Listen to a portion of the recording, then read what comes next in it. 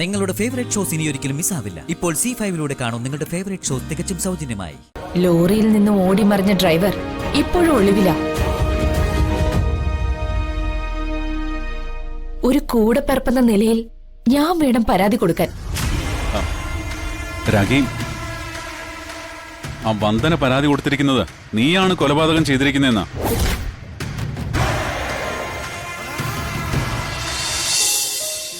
ഇന്ന് ഞായറാഴ്ച ആയതുകൊണ്ട് തെറാപ്പി സെന്റർ പ്രവർത്തനമില്ല.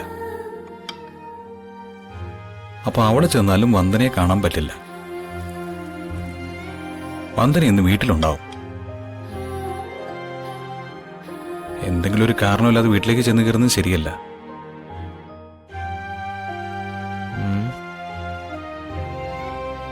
എന്തോ ഒരു മാർഗം.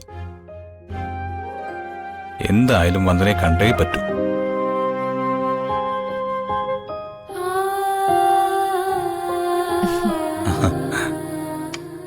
ജഗ, ബ്രേക്ക്ഫാസ്റ്റ് കഴിച്ചിട്ട് പോയാ മതി. അയ്യോ വേണ്ട, എനിക്ക് നല്ല തിരക്കുണ്ട്. പ്രണയം മുട്ടിടുന്ന സമയത്ത് വിശപ്പും ദാഹവും വേനലും മഴയൊന്നും അറിയില്ലെന്ന് എങ്ങനെ പറഞ്ഞു മനസ്സിലാക്കും?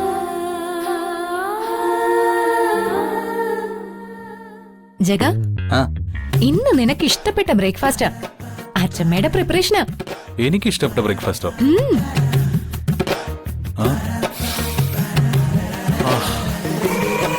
നല്ല മണം അടിക്കുന്നുണ്ട്. എന്നാ അച്ഛമ്മയുടെ സ്പെഷ്യൽ ബ്രേക്ക്ഫാസ്റ്റ് കഴിച്ചിട്ട് തന്നെ വേറെ കാര്യം.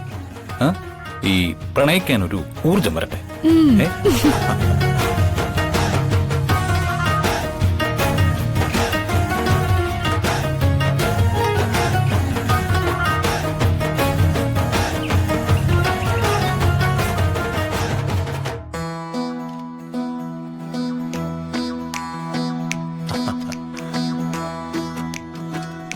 അച്ഛമ്മ ഉണ്ടാക്കുന്ന ബിരിയാണി പുട്ട് ഹരിത മോക്ക് ഭയങ്കര ഇഷ്ടമാണ്.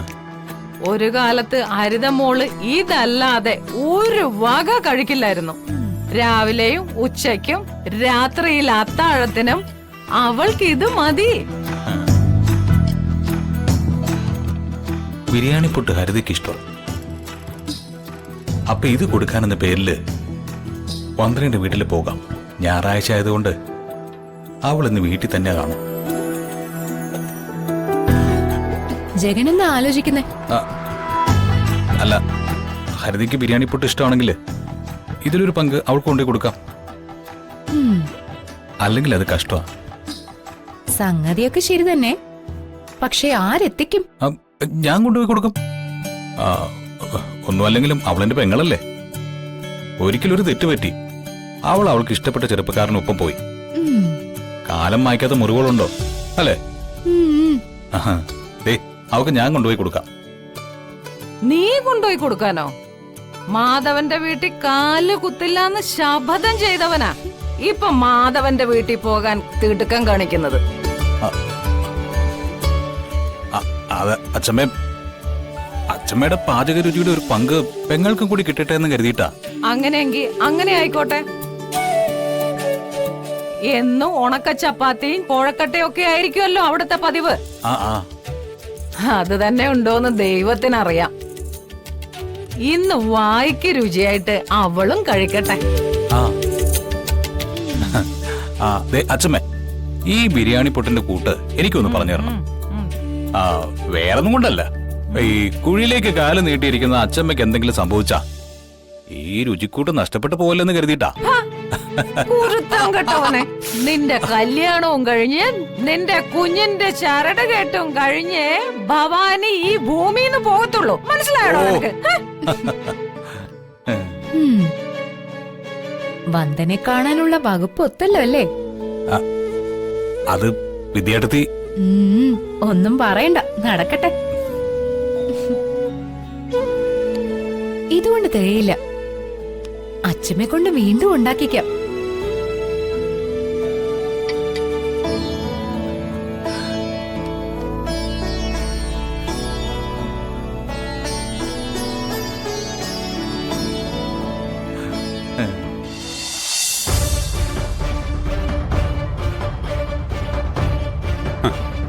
കുറുപ്പ് ബുദ്ധിമാനാ.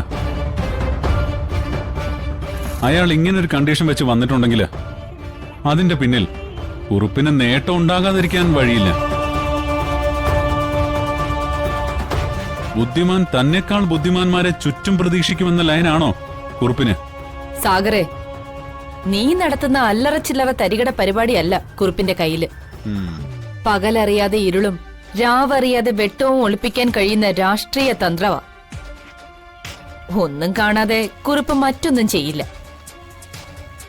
എങ്കിൽ നിനക്ക് തെറ്റി.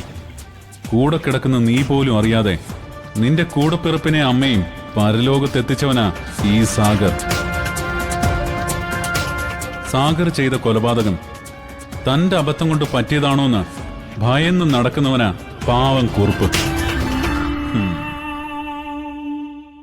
സാഗർ എന്താ ഈ ആലോചിക്കുന്നേ? ഹേയ്, ഒന്നുമില്ല. കുറുപ്പ് പല്ലുകൊഴിഞ്ഞ സിംഹമല്ലേ എന്ന് ആലോചിക്കുകയായിരുന്നു. അലർച്ചയിൽ മാത്രം പക കാട്ടാനേ അതിനി കഴിയൂ. വന്ദനെ ഒതുക്കാനാ കുറുപ്പ് നമ്മളെ കൂട്ടുപിടിച്ചിരിക്കുന്നത്. വന്ദനയും കുറുപ്പുമായിട്ട് എന്താ പ്രശ്നം? വന്ദനയ്ക്കിപ്പോ രാജീവന്റെ മരണത്തിന് പുനരന്വേഷണം വേണോ അത്രേ. അടഞ്ഞ ചാപ്റ്റർ കുത്തിപ്പോക്കാൻ നടക്കുക അവള്. അങ്ങനെയാണോ? അങ്ങനെയാണെങ്കിൽ ഈ രാഖി വന്ദനയ്ക്കൊപ്പം നിൽക്കും.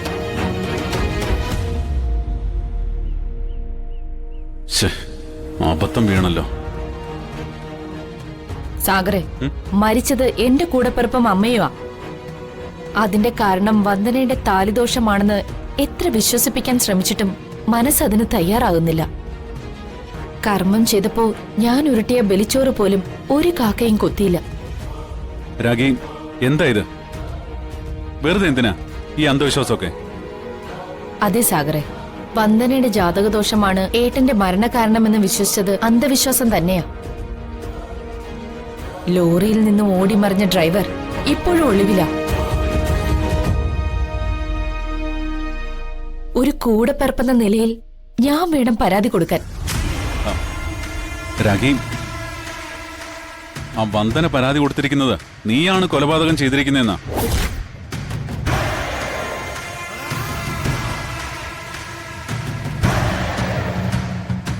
അന്വേഷിക്കട്ടെ, അപ്പോ തെളിയുമല്ലോ കതിരും പതിരും. രാഗി, നമ്മളിപ്പോ ഒന്നിനും പോവണ്ട. അവളുടെ ലക്ഷ്യം രാജീവ് മേനോന്റെ സ്വത്താ. ആദ്യം കുഞ്ഞിനെ സ്വന്തമാക്കിയാലേ സ്വത്ത് കൈവശമാക്കാനാവൂന്ന് അവൾക്ക് നന്നായിട്ട് അറിയാം. അതിനുള്ള പുറപ്പാടിലാ അവള്. രാജീവേട്ടന്റെ സ്വത്തിൽ അവക്കെന്താ അവകാശം? അത് വിൽപത്രത്തില് നീ വായിച്ചതല്ലേ. ഇപ്പൊ തൽക്കാലം അവളെ ഒതുക്കി നിർത്തണം. അതാണിപ്പം കുറുപ്പിനും ആവശ്യം. പഴയ വന്ദനയല്ല അവളിപ്പോ. അതുകൊണ്ട് തന്നെ ഭീഷണിയല്ല, അവളുടെ മുന്നിൽ തന്ത്രമാണ് പ്രയോഗിക്കേണ്ടത്. മനസ്സിലായില്ല. കള്ളന്മാരെ കണ്ടിട്ടില്ലേ? ഒരു വീട് കുത്തിപ്പൊളിക്കാൻ ആയുധം കണ്ടെത്തുന്നത് ആ വീടിന്റെ പരിസരത്തു നിന്ന് തന്നെയല്ലേ? അതുപോലെ വന്ദനെ നിലയ്ക്ക് നിർത്താനുള്ള ഉപായം കണ്ടെത്തേണ്ടത് ആ വീട്ടിൽ നിന്ന് തന്നെ വേണം. സാഗർ ഉദ്ദേശിക്കുന്നത്? ഡൗൺലോഡ് ചെയ്യൂ C5 ആപ്പ്. കാണൂ എല്ലാ എപ്പിസോഡുകളും സൗജന്യമായി.